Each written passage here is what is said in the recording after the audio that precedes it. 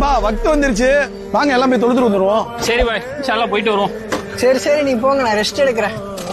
பா மத்த நேரமா முடிய போகுதுப்பா, தொழுதுட்டு வந்து ரெஸ்ட் எடுப்பா. பாய், அவெல்லாம் மலைக்கு கூட பள்ளிவாசல் பக்கம் வர மாட்டான். வாங்க போவோம். இவன் எந்த வக்தும் தொழுவ மாட்டானா?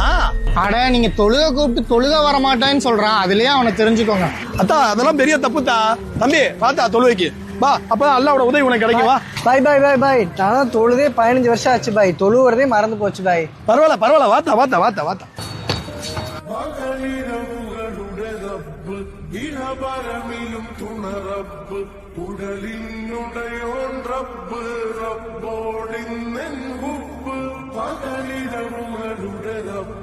ஐயா, இவன் என்ன இவ்வளவு நேரம் ஆக்குறான்? 15 வருஷத்துலயும் சேர்த்து தொழுதுட்டு இருக்கான் போல. தம்பி சும்மா இருப்பா, எனக்கு விவரம் தெரிஞ்சதுல இருந்து நான் தொழுவையை விட்டதே இல்லப்பா.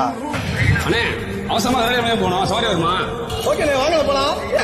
போற வழியில தொழுகை நேரம் வந்துச்சு, தொழுதுட்டான பள்ளியாசல்ல.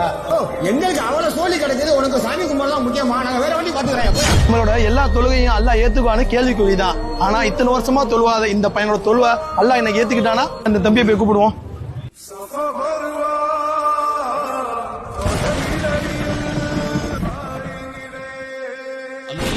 நேசிப்பவர்களின் முடிவை அல்லாஹ் முடிவெடுப்பான். மரணத்திற்கு முன்னதாக நல்ல செயல்களை செய்து அந்த நிலையில் அவர்களுடைய உயிர் பிரிவதற்கு அல்லாஹ் தௌஃபீக் செய்வான்.